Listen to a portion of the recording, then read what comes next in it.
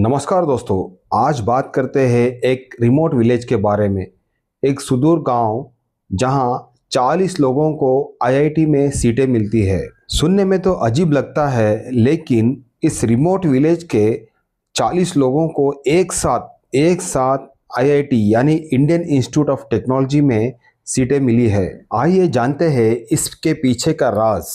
बिहार राष्ट्र में गया, वह पवित्र स्थान जहां बुद्ध को ज्ञान की प्राप्ति हुई थी, वहां से 5 किलोमीटर दूर पटवाटोली नामक एक गांव है। यह गांव अपने हथकरघा बुनाई यानी हैंड वीविंग के लिए प्रसिद्ध है। इसे कभी भारत का मैनचेस्टर कहा जाता था, लेकिन बुनाई की लोकप्रियता में कमी के साथ यह आत्महत्या और भुखमरी का स्थान बन गया है। पर्याप्त भोजन जुटाना बहुत मुश्किल हो गया था। ऐसा गांव आज देश में सबसे ज़्यादा आईआईटीएन वाला गांव बन गया है। उस बदलाव के पीछे आज के छात्रों के लिए एक बड़ी सीख है। पटवाटोली गांव बिहार के गया जिले में आता है। इसके बगल में फाल्गुनी नदी बहती है। उस नदी के पानी ने यहाँ के हथघरों में इस्तेमाल होने वाले रंग को मशहूर बनाया, लेकिन वक्त के चलते बुनाई उद्योग के खत्म होने के साथ ही यह गांव भुखमरी का स्थान बन गया। हालांकि वो सब अब बीती बात हो गई है। अब यह गांव आईआईटीएन के लिए मशहूर हो गया है। हाल ही में जारी हुए आईआईटी जेईई मेंस के नतीजे में इस गांव के 40 लोग पास हुए हैं। यह देश में एक बड़ा रिकॉर्ड है। इतना ही नहीं, पिछले 5.5 सालों में यहाँ से आईआईटी में चुने गए लोगों की संख्या 300 है। ये एक ऐसी उपलब्धि है जो कोई दूसरा गांव हासिल नहीं कर सकता। पिछले 5-6 सालों से इस गांव में ऑन एन एवरेज 1 दर्जन लोगों ने आईआईटी की सीटें हासिल की है। इतना ही नहीं, यहाँ 1000 से ज़्यादा लोग ऐसे हैं जिन्होंने एनआईटी और सरकारी इंजीनियरिंग कॉलेजों में सीटें हासिल की है। कुल 1500 घरों में हर घर से एक इंजीनियरिंग ग्रेजुएट सामने आता है। बिहार में लिटरेसी रेट 70% है। इस गांव में लिटरेसी रेट 98% है।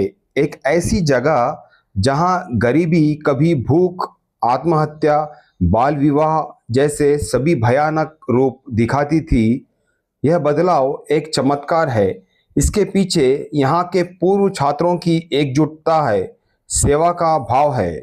ग्रुप स्टडी से हुई शुरुआत।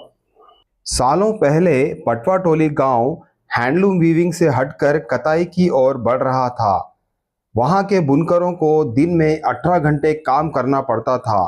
कताई करघों की संख्या अधिक होने के कारण बच्चे पढ़ नहीं पाते थे। उनमें से करीब 15 बच्चे गांव से थोड़ी दूर ग्रुप स्टडी करते थे। इस तरह पढ़ाई करने वाले जितेंद्र कुमार ने अपनी गरीबी को मात देकर 1991 में आईआईटी बनारस में सीट हासिल की। जब भी उनकी छुट्टियां होती, वे यहां आकर छात्रों को पढ़ाते थे। वे नए स्टडी ग्रुप बनाते और आर्थिक मदद करते थे। इसके लिए उन्होंने नवप्रयास नाम से एक संगठन बनाई। उन्होंने हैंडलूम के डिस्टर्बेंस से दूर बड़ी इमारतों वाले अमीर लोगों से बात की और वहां पढ़ने के लिए छात्रों के एक समूह की व्यवस्था की। उनके प्रयास रंग लाए और 1997 में एक लड़के ने आईआईटी की सीट हासिल की। अगले साल उस समूह से 3 फिर 5 आईआईटीएन निकले।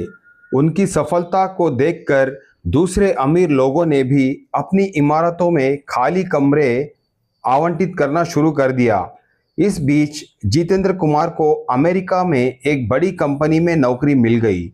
वहां जाकर उन्होंने आईआईटी में पहले से पढ़ रहे छात्रों को नए छात्रों का मेंटर बना दिया।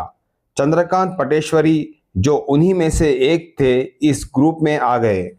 उन्होंने उन्हें अपना गुरु बनाया।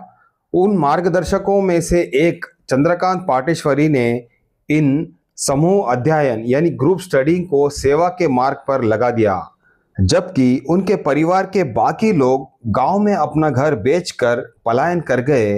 चंद्रकांत पाटेश्वरी वहीं रह गए।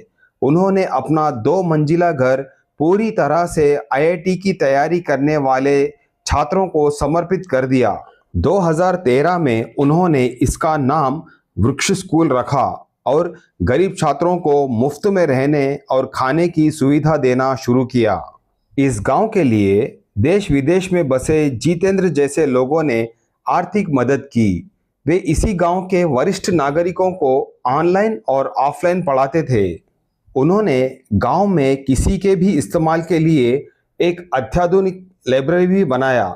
इस तरह पिछले 10 सालों में करीब 200 लोग वृक्ष स्कूल में शरण लेकर आईआईटीएन बन चुके हैं। न केवल छात्र बल्कि उनकी अकेली माँ या पिता को भी जरूरत पड़ने पर यहाँ आश्रय दिया जा रहा है। 10 साल पहले गीता देवी, जो अपने पति की मौत के बाद 3 बच्चों की देखभाल नहीं कर पा रही थी, यहाँ आकर रसोइया बन गई। इस साल उनकी सबसे बड़ी बेटी कशिश कुमारी ने आईआईटी मेंस में टॉप किया है। इसी तरह 7वीं कक्षा में पढ़ते समय अपने पिता को खोने के बाद यहाँ आए सागर कुमार ने 94.9 परसेंटाइल हासिल किए हैं। सिर्फ इस साल ही नहीं, हर साल हम यहाँ ऐसी प्रेरणादायक कई कहानियाँ सुन सकते हैं। हम देख सकते हैं कि जब पूर्व छात्र मिलकर काम करते हैं तो वे क्या हासिल कर सकते हैं। दोस्तों, आशा करता हूँ आपको ये वीडियो पसंद आया, तो प्लीज़ वीडियो को लाइक और चैनल को सब्सक्राइब कीजिए। मिलते हैं दोस्तों अगले वीडियो में।